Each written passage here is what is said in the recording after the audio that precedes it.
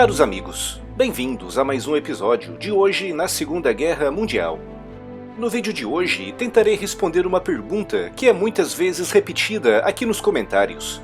Afinal, quem tinha os melhores blindados na guerra? Há uma ideia bastante generalizada que indica que os blindados alemães foram sempre os melhores durante a guerra, mas isso está muito longe da realidade.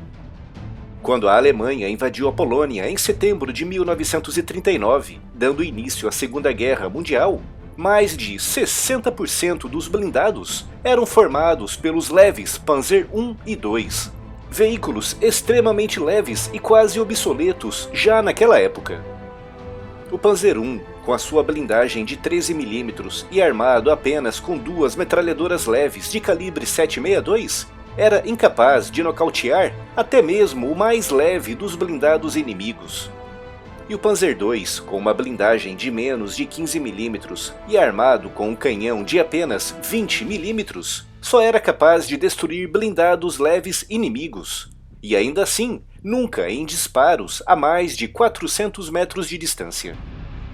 O Panzer III, que em 1939 vinha armado com um canhão de 37 mm, e o Panzer IV, armado com um canhão de cano curto de baixa velocidade de 75 mm, mais indicado para destruir fortificações e muito pouco eficiente contra blindados, estavam disponíveis apenas em pouquíssima quantidade, algo que só começaria a mudar a partir de 1940 e 1941.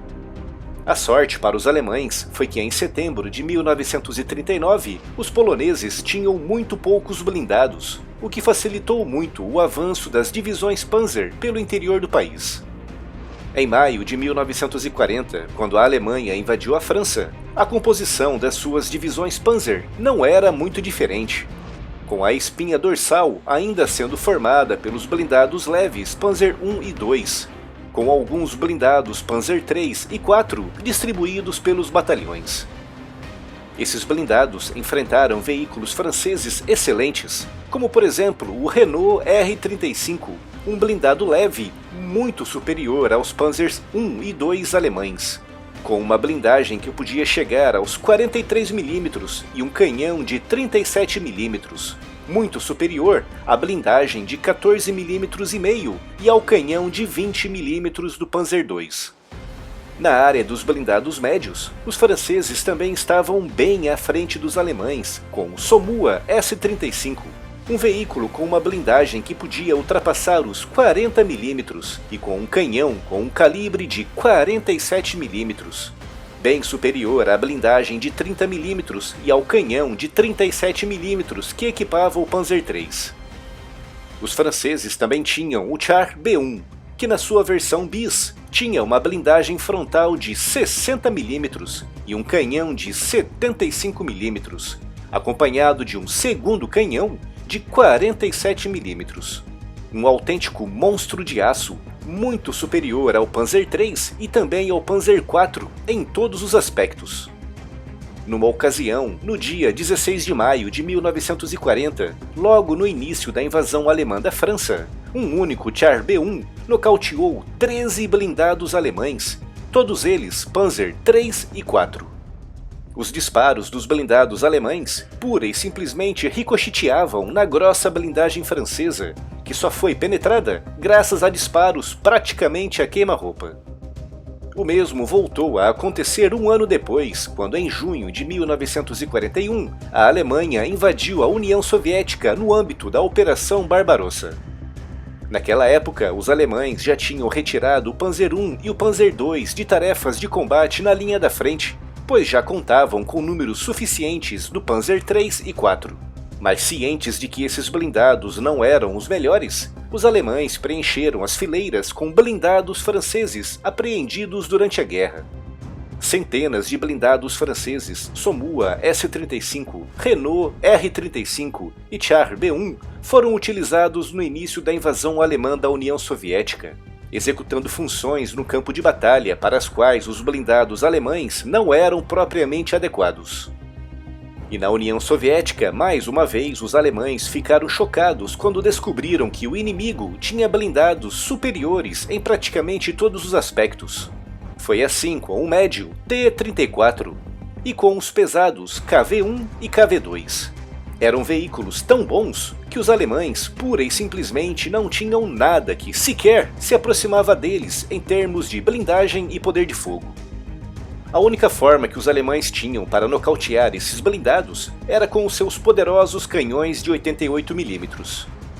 Numa ocasião, logo na segunda semana da invasão alemã da União Soviética, um blindado T-34 rompeu as linhas alemãs, e apesar de ter sido atingido por dezenas de disparos de canhões antitanque, só foi parado quando já estava a mais de 10 km no interior das linhas alemãs, graças ao disparo certeiro de um canhão de 88mm.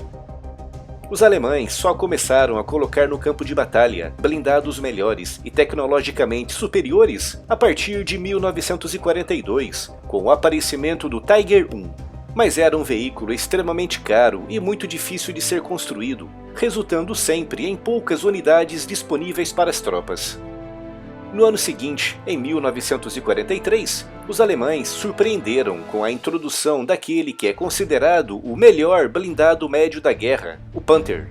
Mas as primeiras unidades vinham com graves defeitos mecânicos, uma situação que só foi corrigida no início de 1944. Foi também nesse ano que surgiu o super pesado Tiger II, visto também por alguns especialistas como o melhor blindado pesado da guerra. Mas a semelhança do Tiger I era extremamente caro e muito difícil de ser construído, motivo pelo qual foram entregues menos de 500 veículos durante toda a guerra. Isso mostra que os blindados alemães só começaram a se destacar dos adversários a partir de 1942, 3 anos após o início da guerra. E mesmo assim, de forma muito tímida, já que esses novos veículos estavam disponíveis em pouca quantidade, com o grosso das divisões Panzer tendo que combater com versões modernizadas e atualizadas do Panzer III e IV, que a partir de 1942 começaram finalmente a receber blindagens mais eficientes e canhões mais adequados para o combate contra outros blindados.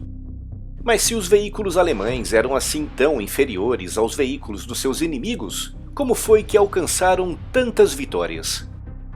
Vale lembrar que em 1940 a Alemanha venceu a França, que era apoiada diretamente por centenas de milhares de soldados britânicos, em apenas 6 semanas de combates, e que na União Soviética em 1941 a Alemanha alcançou os subúrbios de Moscou em apenas 6 meses, e que em 1942, com pouco mais de um ano do início da invasão, já estavam em Stalingrado e às portas dos poços petrolíferos do Cáucaso.